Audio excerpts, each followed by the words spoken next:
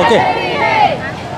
चिलचिलाती धूप है और चिलचिलाती धूप में अगर आप देखें तो मेरे दोनों ओर महिलाओं की कतार है और ये कतार बहुत लंबी है।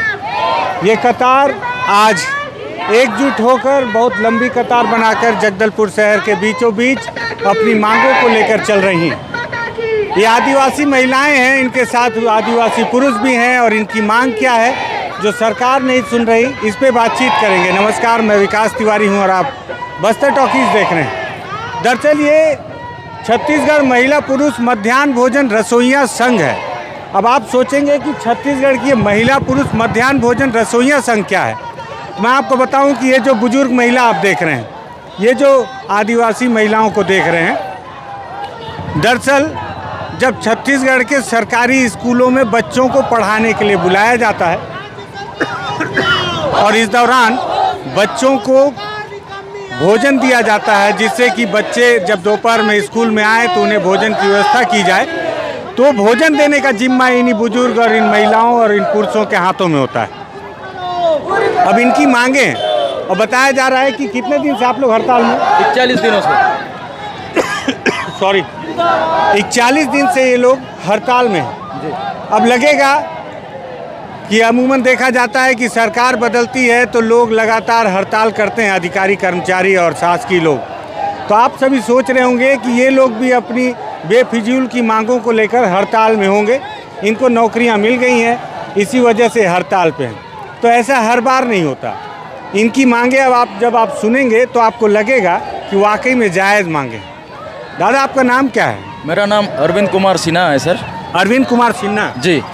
अरविंद भैया, ये बताएं जी कि ये जो सब रसोइया संघ मैं देख रहा हूँ, बहुत बुजुर्ग महिलाएं भी हैं इसमें, इतनी चिलचिलाती धूप में आप लोग जा रहे हो, क्या मांग है आखिर आप लोगों की? हम लोग का पहला मांग है सर, सरकार हमको 50 रुपया में काम कराती है। अच्छा जी, एक दिन का 50 रुपया रोजी देती है और अपन लोग का महीना दिन का 1 महीने का 1500 रुपया होता है मात्र। अच्छा जी। उसके बाद सरकार से हम ये मांग रखे हैं, हम लोग का 3 सूत्री मांग है। पहला मांग है कि हमको कलेक्टर दर दिया जाए। कलेक्टर दर जी, जो कलेक्टर दर में जो प्रावधान जारी है वो हमको कलेक्टर दर दिया जाए। कितना है दादा कलेक्टर दर? कलेक्टर दर 9180 रुपया। अच्छा, 9000 जी, 9000 रुपया।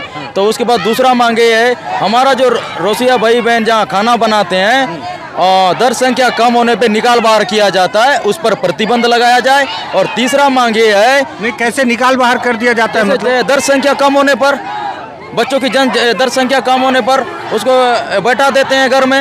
हम चाहते हैं कि उसको बैठाना नहीं है, किसी दूसरे स्कूल में उसको शिफ्ट कराना है, ताकि अपना जो रोसिया भाई बहन है वो यथावत रहे। अच्छा जी। और उनको निकाल देते हैं क्या सीधे? और दर संख्या कम होने पर निकाल दिया जाता है। अच्छा जी, उस पर प्रतिबंध लगाया जाए। और तीसरा मांग ये है कि अपन को जब कांग्रेस सरकार जब शासन में आई तब अपन लोग को 300 रुपया बढ़ोतरी की थी। वो जो 300 रुपया है 3 साल बाद हमारे 300 रुपया हमारे खाते में जोड़ दिया गया। तो उसके बाद जो 3 साल बचे हुए हैं वो 300 रुपया हमको एरियस के तौर पे दिया जाए। मतलब 300 रुपये जो सरकार बढ़ाई थी वो दे रही है कि नहीं दे रही? अभी दे रही है। अभी लगभग 2-1 साल हो रहा है, अभी मिल रहा है, क्योंकि 3 साल बाद हमको पैसा मिला है। जो क्योंकि जब सरकार शासन में बैठी तब अपन को 300 रुपये बढ़ाई थी, वो पैसा नहीं मिल रहा था। अभी 3 साल के बाद अपन को पैसा मिल रहा है। और अपन लोग का कहना है, अगर सरकार हमारी बातों को कहीं ना कहीं आज अगर नहीं सुनती है, हमारी बातों को नहीं समझती है, तो कल अपन लोग चक्का जाम करेंगे। कल आप अच्छा एक बात बताओ, जब छत्तीसगढ़ में भाजपा की सरकार थी जी, तब भी रसोइया संघ हड़ताल में बैठा था। मैं देखा था उस समय। जी। और जब कांग्रेस सरकार जो चुनाव लड़ रही थी तब आप लोग के लिए अपने चुनावी घोषणा पत्र में कोई बात बोली थी क्या? चुनावी घोषणा पत्र में अपना जो कांग्रेस सरकार इस बात को रखी थी, हमारा अगर शासन आता है तो आपको कलेक्टर दर दिया जाएगा, हमें वादा ही पूरा करो। मतलब ये बोला गया था? पक्का है ना? मेरे को असल में याद नहीं आ रहा है। जनघोषणा पत्र में लिखा भी गया है कि रोसिया संघ को कलेक्टर दर हमारी सरकार आने से दिया जाएगा। अच्छा। और आज भी हमारा भी मांग यही है कि हमारी जो रोसिया जो संगठन है, हमारे रोसिया दादा दीदी लोग हैं, भाई बहन लोग, इन लोग को कलेक्टर दर दे दिया जाए। सरकार दे देगा तो अपन लोग हड़ताल हम वापस ले लेंगे। बहुत बढ़िया। अच्छा, सिर्फ 3 ही मांग है? हाँ, 3 और तो कुछ नहीं? ताजमहल तो नहीं मांग रहे हो ना? नहीं मांग रहे, बस यही छोटा मांग है। पहला मांग है कलेक्टर दर हमको दे दे, जो आप बोले थे खुद। हाँ, जो अपना जन घोषणा पत्र में वो जब शासन जन घोषणा पत्र में हमारे जो शामिल किए थे वो हमको दे दे। हम तो यही चाहते हैं, सरकार भी बोली थी, हम भी वही चीज़ मांग रहे हैं। तो ये जिलाध्यक्ष हैं, और ये क्या पूरे प्रदेश में चल रहा है, किसी बस्तर में चल रहा है? नहीं, पूरे प्रदेश में चल रहा है सर, प्रदेश में। आज प्रदेश में पूरा रैली निकला है। हाँ, 41 दिन में सरकार कोई आपसे मिलने आया? नेता वेता नहीं आए, विधायक सांसद कोई नहीं आया मिलने? हमारे जो पंडाल में तो कोई नहीं गए सर। हम जा के मिल रहे हैं कि सरकार, आपकी सरकार आने पे कलेक्टर दर दिया जाएगा सर। आप कोई आश्वासन दे? कब दोगे? चर्चा कर रहे हैं, चर्चा कर रहे हैं। चर्चा के अब तो चुनाव का समय आ गया, फिर अपन लोग का कहना ही है। देखिए सर, चर्चा करने का समय गया है। आप हमको बोल दीजिए कि रोसिया संघ को कलेक्टर दर दे देंगे, तो उसके बाद हम लोग भी हड़ताल। तो अभी स्कूल में बच्चे लोग का खाना कैसे बन रहा होगा? स्कूल में तो सर अभी खाना बंद ही है, खाना नहीं बन रहा है, नहीं बन रहा है। तो कैसे व्यवस्था हो रहा होगा स्कूल में? बच्चे लोग कुछ दिन गुरुजी भी बना के देखा, समूह वाले के माध्यम से भी बना के देखे, लेकिन अब 1 दिन 2 दिन बना के देंगे, उसके बाद जब थक जाते हैं तो कहाँ से बना के देंगे। तो इसलिए बच्चे लोग घर में खाना खाने जाना पड़ रहा है। तो पूरी व्यवस्था चरमराई हुई है जी। अब आप सोचो 50 रुपया प्रतिदिन, उसमें रविवार का कट जाता होगा। रविवार को तो नहीं मिलता, कट जाता है। क्योंकि जिस दिन अपन खाना बनाते हैं उसी दिन का 50 रुपया दिया जाता है हमको। अगर ऐसे भी देखा जाए तो महीने के 30 दिन में 50 रुपये के हिसाब से 1500 रुपये होते हैं। और अब आप सोचें तो कई घरों में, और जो बड़े घर के लोग हैं उनके यहाँ तो एक दिन का खर्चा 1500 होता है, तो एक घर का खर्चा 1500 में कैसे होगा? अब आप देखें कि 50 रुपये की मांग है, मतलब जो 50 रुपये की दर है उसे बढ़ा दो। इस मांग को लेकर इस बूढ़ी औरतों को, इन महिलाओं को, इस दादी माँ को इस चिलचिलाती धूप में निकलना पड़ रहा है। अच्छा, ऐसा नहीं है कि ये अपने मन से मांग रहे हैं, आपने घोषणा किया था, और सरकार जब विधायकों का तनख्वाह बढ़ा सकती है बैठकर, तो इन्हें कलेक्टर दर देने में उन्हें क्या तकलीफ है, ये मेरे समझ से बाहर है। और सबसे बड़ी बात कि 41 दिन से आज ये लोग हड़ताल में हैं, 41 दिन से। अब आप सोचिए कि बस्तर में कई दफ़े मैंने देखा है कि स्कूलों में बच्चों को भोजन के माध्यम से भी बुलाया जाता है कि बच्चे भोजन के माध्यम भोजन करने के लिए स्कूल आ जाएं, इसी बहाने 4 अक्षर पढ़ लेंगे, क्योंकि बस्तर में बच्चे स्कूल से थोड़ा सा दूरी बना के रखते हैं। लेकिन ये प्रमुख व्यवस्था भी आज 41 दिनों से चरमराई हुई है, लेकिन अब तक इनसे कोई जनप्रतिनिधि मिलने नहीं आया। तो इस सरकार को मैं बताना चाहूँगा कि मुझे बहुत अच्छे से याद है कि जब छत्तीसगढ़ में कांग्रेस की भाजपा की सरकार थी, 3 बार सरकार थी, बहुत मजबूती से थी, उस वक्त भी रसोइया के द्वारा एक बड़ा धरना प्रदर्शन किया गया था। उस दौरान उन्होंने बताया था कि आने वाले चुनाव में हम सरकार को बताएंगे। मैं नहीं कहता कि रसोइया संघ ने ही सरकार बदल दिया, लेकिन इन्होंने भी एक बड़ी भूमिका निभाई। कैसे माँ, कौन गांव से आए हो? हाँ, तोकापाल। भाजपा के समय भी आप लोग धरना किए थे ना? तो इस बार कैसे कांग्रेस को फिर कैसे करना है चुनाव में? चुनाव में क्या करो? दूसरा सरकार बदलू का? दूसरा सरकार बदल दोगे?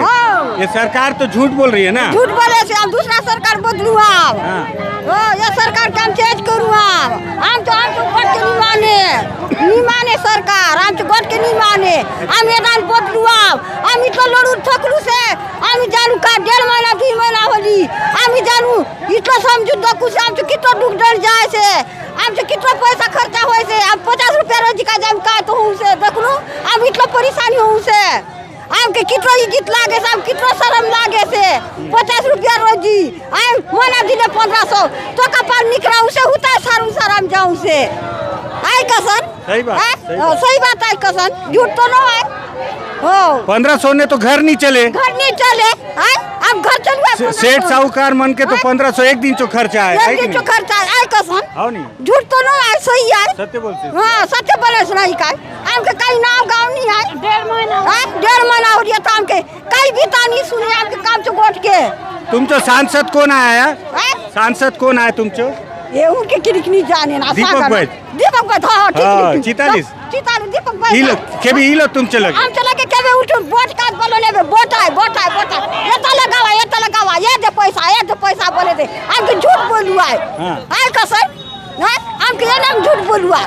और विधायक कौन है तुम चो? राजमन बेंजाम। हां राजमन बेंजाम है, बस्तनार बीता है, बस्तनार। हां उन बोले उन वोट का जाय गुने हमके जुआ दादा दीदी मान बोलती हुआ है। हां आए कसर उन बोल नहीं लो के भी ने नहीं के भी हम चला थोड़ा तक नहीं देखा सालों से हम छोड़ता नहीं। इधर वोट मांगू की ले कसन करू आज तुम वोट मांगू वोट मांगू गलन हम नहीं पतिया उनके नहीं पतिया नहीं हम नहीं पतिया हूँ। हाँ ठीक बा। हो तो ये आदिवासी महिलाएं हल्बी भाषा में बोल रही थी कि 1500 रुपये में घर कैसे चलेगा। इनका कहना है कि जो बस्तर सांसद हैं, हालांकि इनको नाम याद नहीं था, जब मैंने याद दिलाया तो याद आया कि दीपक बैज इनका सांसद है, नाम तक भूल गई थी। इनका कहना है कि ये लोगों ने वोट मांगा था। इस पैर को देखिए कि किस तरह से इस स्थिति में भी महिलाएं पैदल चल रही हैं। अगर इनको देख के भी सरकार को शर्म नहीं आती तो मुझे शर्म आती है इस रिपोर्ट को दिखाने में। मुझे शर्म आता है कि 50 रुपये सरकार इन्हें मानदेय प्रतिदिन का देती है। मुझे शर्म आती है कि मैं इस छत्तीसगढ़ सरकार में हूँ जहाँ छत्तीसगढ़ महतारी को, माता स्वरूप को पूजा जाता है। छत्तीसगढ़ के मुख्यमंत्री स्वयं कहते हैं कि हमारी महतारी छत्तीसगढ़ महतारी है, मतलब माँ की पूजा होती है, कौशल्या माँ की पूजा होती है। लेकिन क्या ये माँ नहीं है? ये क्या माँ नहीं है जो धूप में पैदल चल रही हैं? मुझे शर्म आती है इस रिपोर्ट को बनाने में। मुझे लगता है कि सरकार को शर्म आनी चाहिए कि जब वो विधायकों का तनख्वाह बढ़ा सकते हैं तो उन्हें सोचना चाहिए कि 50 रुपये प्रतिदिन में इनका खर्चा कैसे चलेगा। 41 दिन से ये लोग हड़ताल में बैठे हैं। आखिर इनकी मांग कहाँ तक गलत है? जब आपने अपने घोषणा पत्र में इस बात का जिक्र किया था कि कलेक्टर दर से आपको पैसा दिया जाएगा, तो आज दोबारा चुनाव का समय आ गया है साहब। अब तो जाग जाइए। अगर नहीं जागे अभी तो शायद अगली बार आपको ये फिर से आराम से सोने के लिए विपक्ष में बैठा देंगे। अगर आपको लगे कि इन आदिवासियों का मुद्दा जायज़ है, लगे कि 50 रुपये में घर नहीं चल सकता, लगे कि इनको कलेक्टर दर से मानदेय तो मिलना ही चाहिए क्योंकि सरकार ने अपने घोषणा पत्र में इस बात का जिक्र किया था, लगे कि घोषणा पत्र में विधायकों की तनख्वाह को बढ़ाने का जिक्र नहीं था लेकिन बढ़ा दिया गया था, तो आप इस वीडियो को ज़रूर शेयर करें, सवाल करें अपने जिम्मेदारों से कि आखिर क्यों दोबारा चुनाव आने के बाद भी इन्हें अपनी मांग के लिए धूप में इस तरह चलना पड़ रहा है। धन्यवाद।